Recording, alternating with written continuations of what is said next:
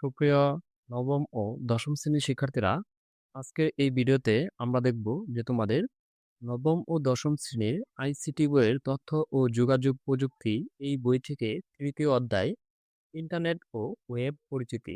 আজকে আমরা এই অধ্যায়টি আলোচনা করব এবং এই অধ্যায়ের যে অনুশীলনী, সেই অনুশীলনীটি আজকের এই ভিডিওতে আমরা সমাধান করব। এই অধ্যায়টি হচ্ছে যে আমাদের ইন্টারনেট ও ওয়েব পরিচিতি। দেখো, আমরা ইতিমধ্যে ইন্টারনেট কি এবং ওয়েবের সাথে আমরা পরিচিত যে আছি।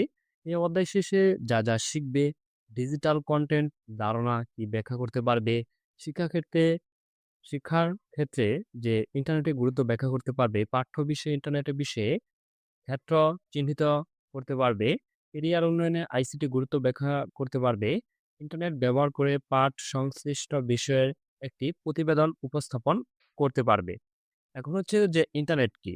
দেখো, আমরা ইতিমধ্যেই শিখেছি যে ইন্টারনেট হলো বিশ্বব্যাপী বিস্তৃত একটি নেটওয়ার্ক যা সারা বিশ্বে কম্পিউটার ও ডিভাইসসমূহকে সংযুক্ত করে একে অপরের সাথে সংযুক্ত করে রাখে। আর তোমরা যদি চাও যে ইন্টারনেটটি আমাদের পৃথিবীর মধ্যে যে এভাবে তার বিছানো আছে। যে ইন্টারনেটের ধরো এটি পৃথিবী, এই পৃথিবীর মধ্যে ইন্টারনেটের লাইনগুলো এভাবে সারা পৃথিবীর মধ্যে যে বিছানো আছে। তার বেতার যে মাধ্যমে একটি মানুষ কিংবা ডিভাইসকে তথ্য শেয়ার করতে এবং একে অপরের সাথে যোগাযোগ করার যে সৃষ্টি করতে যে ব্যবহৃত হয়।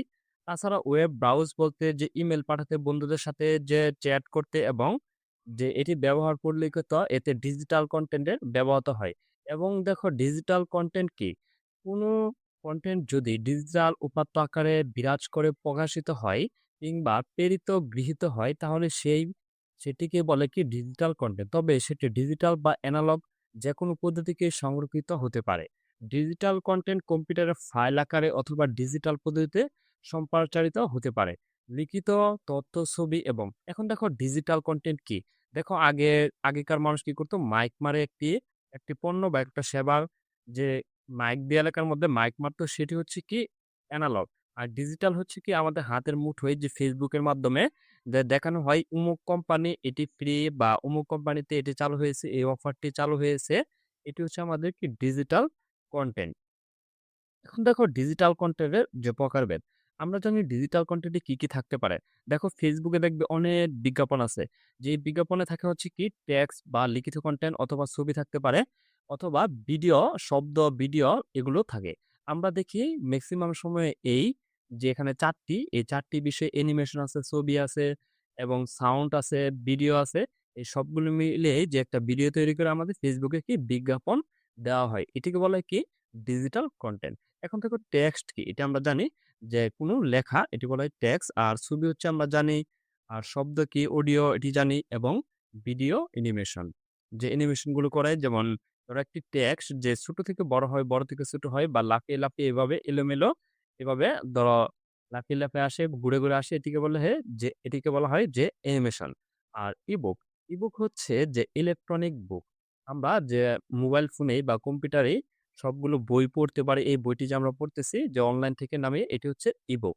ইবুক হলো যে মুদ্রিত বইয়ের ইলেকট্রনিক রূপ। যেহেতু এটি ইলেকট্রনিক মাধ্যমে প্রকাশিত হয়, সেই কারণে এর শব্দ, অ্যানিমেশন ইত্যাদি জুড়ে দেওয়া হয়। এখন দেখো, এটি ইলেকট্রনিক বুক কিভাবে? যে আমরা মোবাইল ফোন একটি ইলেকট্রনিক ডিভাইস, এই ডিভাইস থেকে আমরা পড়তে পারি। এইজন্য এটির নাম হয়েছে যে ইলেকট্রনিক বুক। ইবুক হচ্ছে কি ইলেকট্রনিক বুক। এটি তোমরা মনে রাখবে। ইবুকের সুবিধা কি? দেখো, ইবুক হচ্ছে ডাউনলোডের মাধ্যমে তাৎক্ষণিকভাবে তথ্য পাওয়া সম্ভব। মানে আমরা একটি ইবুকটি ডাউনলোড করেই পড়তে পারি। আর ব্যবহারের ইবুক সংরক্ষণে কোনো লাইব্রেরি বা কক্ষের প্রয়োজন নাই। কম্পিউটার বা রিডিং ডিভাইস ইবুক সহজে সংরক্ষণ করা যায়। দেখো, তারপর হচ্ছে বিভিন্ন প্রকার ইবুক, এগুলো তোমরা পড়ে নেবে। আর শিক্ষায় ইন্টারনেট।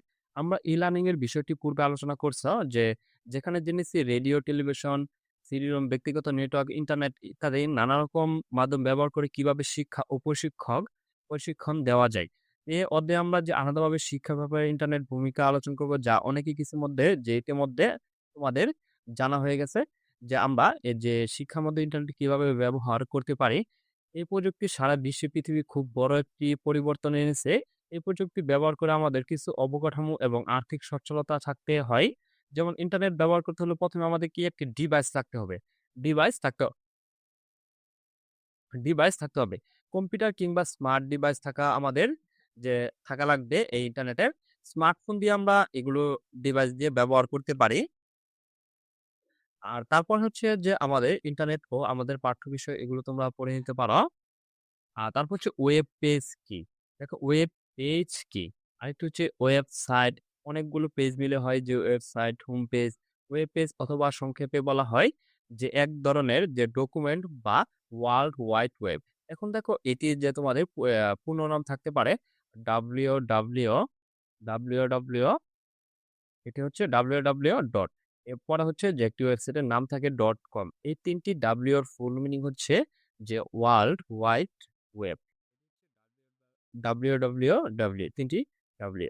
এটি তোমরা মনে রাখবে, এটি তোমাদের পরীক্ষার মধ্যে যে আসতে পারে। ইন্টারনেটের যে ব্রাউজারের ব্যবহারের জন্য উপযুক্ত, কাজেই ইন্টারনেট ব্যবহারকারীদের ব্যবহারের জন্য বিভিন্ন দেশের সার্ভার রাখা ফাইলগুলো ওয়েব পেজ বলে। দেখো আমরা ফেসবুকে অথবা ইউটিউবে বা কোনো মাধ্যমে যদি একটি ছবি যদি আমরা পোস্ট করি, এই ছবিটি কি ফেসবুকের সার্ভারে গিয়ে জমা হয়, সেখান থেকে আমরা আবার ভিউ করলে দেখতে পারি। আর ওয়েব পোর্টাল এবং ওয়েব ক্লায়েন্ট কাকে বলে তোমরা এগুলো একটু পড়ে নিতে পারো। আর তারপর হচ্ছে ওয়েব ব্রাউজার। ওয়েব ব্রাউজার আমরা জানি যে এখানে তোমাদের ছবিগুলো দেওয়া আছে। এর থেকে বাইরেও অনেকগুলো সাইট আছে যে ওয়েব ব্রাউজার আছে। যেমন ক্রোম আমরা বেশি ব্যবহার করি, মজিলা ফায়ারফক্স এবং ইন্টারনেট এক্সপ্লোরার এবং ওপেরা মিনি এটা আমরা আগে ব্যবহার করতাম। আর এটা হচ্ছে আইফোনের জন্য, যে অ্যাপলের জন্য সাফারি। আর এগুলো হচ্ছে যে আমরা আরো অনেক ব্রাউজার আছে, সেগুলো আমরা ব্যবহার করতে পারি। তোমাদের কি ব্রাউজার, যে কোনগুলো ব্রাউজার নয়, এগুলো তোমাদের প্রশ্ন থাকতে পারে। পরবর্তী ভিডিওতে আমরা নিয়ে আসবো যে তোমাদের পরীক্ষায় কমন উপযোগী যে সুপার সাজেশন কি প্রশ্ন আসতে পারে, যেগুলো কমন উপযোগী আমরা পরবর্তী ভিডিও অধ্যায় বাই অধ্যায় এগুলো নিয়ে আসবো। তোমাদের এখানে যে দেখো যে মজিলা ফায়ারফক্স, ওপেরা মিনি এগুলো তোমরা মুখস্থ করে রাখবে যে কতগুলো ব্রাউজারের নাম। আর তারপর হচ্ছে ইউআরএল এর পুনরূপ কি, হোম পেজ এগুলো তোমরা দেখে নিতে পারবে। আর সার্চ ইঞ্জিন কি? সার্চ ইঞ্জিন হলো একটি টুল বা ওয়ার্ল্ড ওয়াইড ওয়েব থেকে ইনফরমেশন খুঁজে বার করে। যেমন কতগুলো সার্চ ইঞ্জিনের নাম হচ্ছে গুগল, ইয়াহু, বিং। আমরা যে কোনো কিছু সার্চ করি তারা কি বিভিন্ন ওয়েবসাইট থেকে বা ওয়েব থেকে আমাদের এই তথ্যগুলো তারা খুঁজে এনে দেয়। এটি হচ্ছে যে সার্চ ইঞ্জিন। আর কতগুলো সার্চ ইঞ্জিনের নাম তোমরা যে মুখস্থ রাখবে, এই ৩ টি রাখলেই হবে। যেমন গুগল, ইয়াহু, বিং। এই ৩ টি হচ্ছে যে আমাদের সার্চ ইঞ্জিন। এটি সহজ এবং এই ৩ টি তোমরা মুখস্থ করে রাখবে।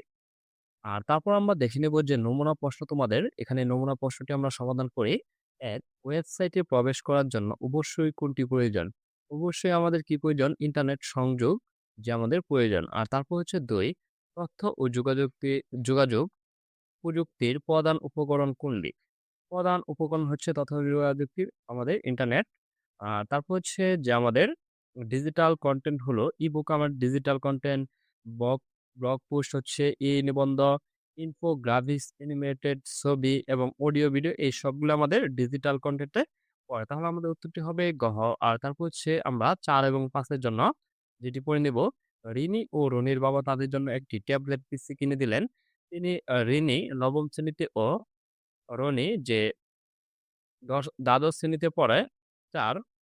রিনি ও রনির ট্যাবলেট পিসির মাধ্যমে সর্বোত্তম ব্যবহার হবে যে গেমস খেলে, পড়া, গান শোনা, হিসাব নিকাশে, লেখাপড়ায়।